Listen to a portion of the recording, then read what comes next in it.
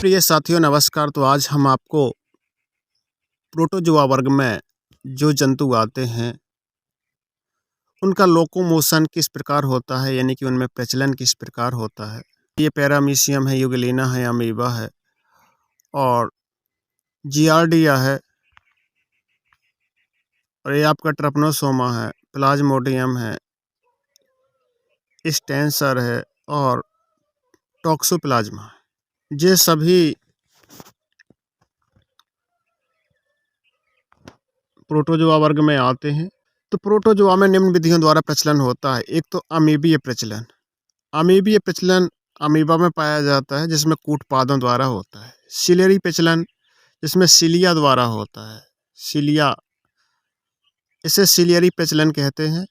और तीसरा है फ्लैजिला प्रचलन, फ्लैजिला द्वारा लोकोमोशन होता है का शाभका द्वारा प्रचलन होता है तथा ग्लाइडिंग या उपापचयी गतियों द्वारा प्रचलन।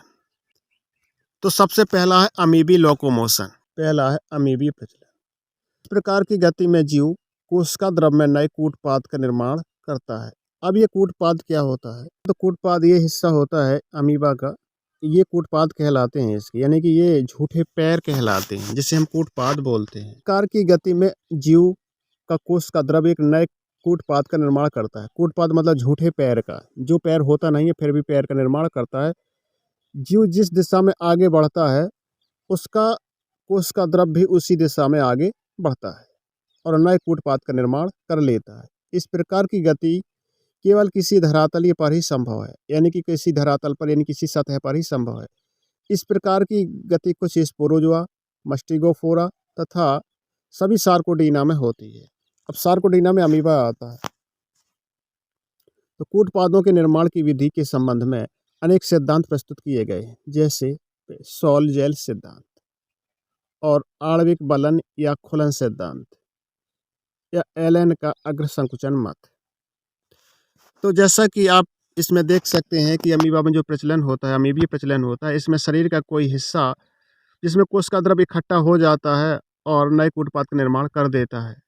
ये स्पेरोजोआ, इसमें स्पोर पाए जाते हैं, मस्टिगोफोरा और सार्कोडीना में होती है। तो सार्कोडीना में अमीबा आता है। उत्पाद निर्माण की विधि के संबंध में सॉल-जेल सिद्धांत, मॉलिक्यूलर फोल्डिंग एंड अनफोल्डिंग का जो थ्योरी है और एलेन की अग्र संकुचन मत थ्योरी है। इसमें इस चित्र में देख सकते हैं कि ये इसमें से जो अमीबा में सॉल-जेल सिद्धांत है ये सर्वमान्य मत है, अधिक मान्य मत है। इस सिद्धांत के अनुसार कूटपाद का निर्माण कोशिका के पिछले भाग के एक्टोप्लाज्म या प्लाज्मा जेल के संकुचन से होने से होता है। तो इस सिद्धांत में क्या होता है, कूटपाद यानी स्यूडोपोडिया का निर्माण है तो जो पिछले भाग में एक्टोप्लाज्म या प्लाज्मा जेल संकुचित होने से होता है। जैसा कि आप सॉल-जेल सिद्धांत में देख सकते हैं, सॉल-जेल थ्योरी में देख सकते हैं, इसमें क्या होता है हम समझ लेते हैं चित्र से। तो जो एंडोप्लाज्म होता है ये एंडोप्लाज्म है, ये एक्टोप्लाज्म है। तो एंडोप्लाज्म आगे की तरफ बढ़ता है और ये पीछे एक्टोप्लाज्म जो पीछे की तरफ इकट्ठा होने लगता है, जिससे यहाँ क्या होता है कूटपाद का निर्माण हो जाता है। यहाँ कूटपाद का निर्माण हो जाता है जिससे ये जो जंतु है आगे की तरफ गति करने लगता है। तो मेन यही है कि जो एक्टोप्लाज्म पीछे इकट्ठा होने लगता है और एंडोप्लाज्म आगे की तरफ बढ़ने लगता है। तरफ बढ़ेगा फिर ये ऐसे आएगा, फिर ये ऐसे आएगा। तो ये क्या है, ये मूवमेंट हमेशा चलती रहती है जिससे यहाँ कूटपाद का निर्माण होता रहता है।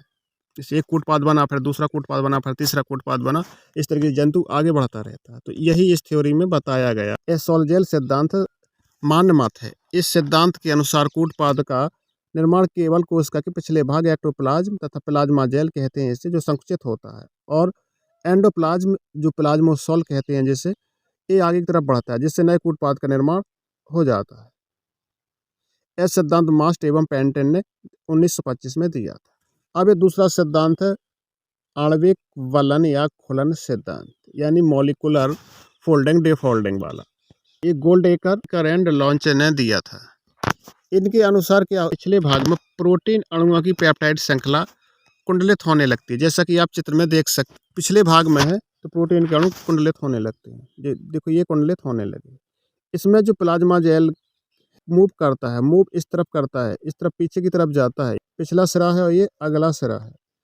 तो इसमें जो प्लाज्मा जेल है पीछे की तरफ मूव करने लगता है और इसमें जो सॉल है, सॉल आगे की तरफ बढ़ने लगता है, तो जेल पीछे की तरफ जाने लगता है और सॉल आगे की तरफ बढ़ने लगता है। यह गति यहाँ कूटपाद का निर्माण करवा देती है, यहाँ कूटपाद का निर्माण करवा देती है, जिससे जो जंतु है आगे की तरफ बढ़ने लगता है। तो यही इसमें कहा गया है कि आणविक वलन या खुलन सिद्धांत के अनुसार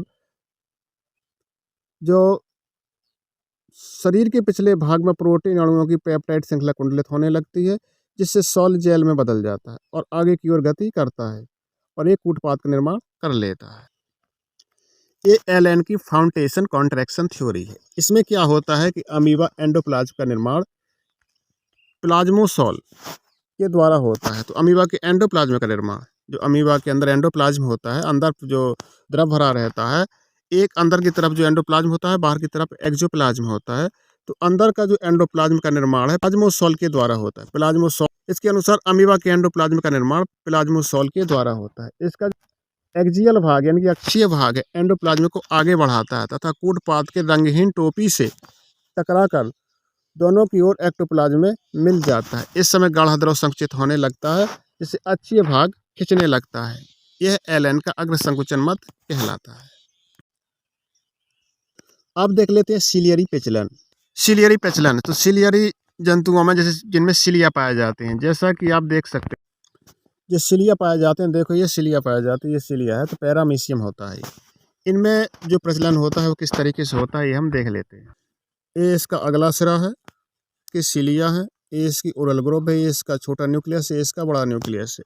ये इसका कॉन्ट्रैक्टाइल वैक्यूल है, जो दो होती हैं संख्या में, एक अगले सिरे की तरफ, एक पिछले सिरे की तरफ, पिछले सिरे की तरफ है, और ये इसकी सिलिया है। तो सिलिया की मूवमेंट के कारण ही गति होती है कि कुछ सिलिया आगे की तरफ बढ़ रहे हैं, कुछ सिलिया पीछे की तरफ बढ़ रहे हैं। इसमें जो सिलिया इस तरफ जा रहे हैं, इस तरफ जा रहे हैं, तो जंतु इस तरफ जाएगा।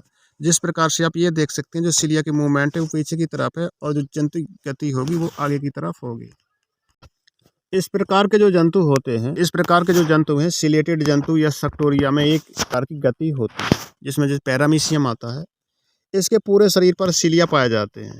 इसके द्वारा ही यह अक्ष में सर्पिल गति करता है। कैसी गति करता है? सर्पिल गति करता है, सर्प की तरह पानी में तेजी से आगे बढ़ता है। प्रत्येक सिलिया पर एक लोलक के समान दोलन करते हैं। लोलक के समान दोलन करते हैं मतलब इस तरीके से इस तरफ जाते हैं, जंतु इस तरफ बढ़ता है और पीछे की ओर धक्का देते हैं। इस समय यह सिलिया कुछ तिरछा होकर किंतु दृढ़ रहता है तथा पतवार की तरह यानी कि पतवार के समान कार्य करता है। ऐसा करने से पैरामीशियम विपरीत दिशा में बढ़ने लगता है।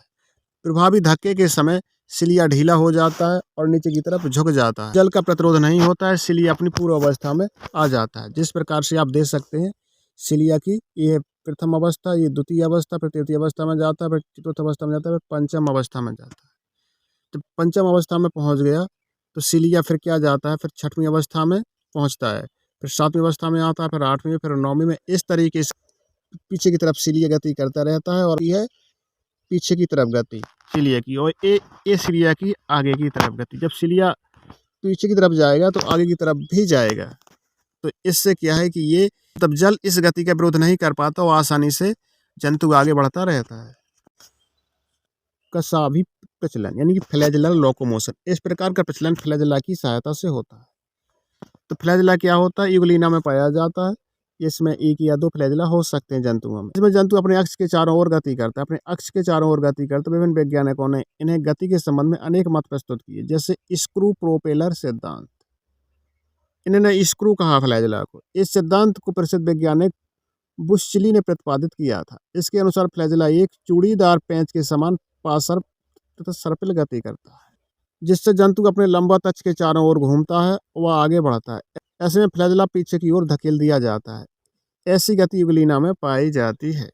अब है पैडल आघात गति सिद्धांत। ये ओल्हेला और क्रिजेसमन ने दिया था। इसके अनुसार क्या है कि फ्लैजेला पार्श्व दिशाओं में चाबुक के समान गति करता है। इसमें दो प्रकार के आघात पाए जाते हैं। एक तो होता है प्रभावी आघात। इसमें फ्लैजेला सीधा होकर थोड़ा उत्तल हो जाता है, कठोरता से आघात की दिशा में आगे बढ़ता है। अब है उपलब्धि आघात यानी रिकवरी स्ट्रोक। पहले इफेक्ट और पहले जो गति करने के लिए और फिर उपलब्धि आघात मात्र पुनः उसी स्थिति में फ्लैजेला का आना ही उपलब्धि आघात कहलाता है। तो इसमें फ्लैजेला कुछ ढीला होकर के मुड़ी हुई अवस्था में गति करता है। दोनों आघातों के फलस्वरूप घूमता हुआ फ्लैजिला को आप चित्र से आप देख सकते हैं। फ्लैजिला है दूसरी स्थिति में, पहली स्थिति में यहाँ था, दूसरी में, तीसरी में ऐसे, चौथे में, पांचवें में, छठवें में ऐसे।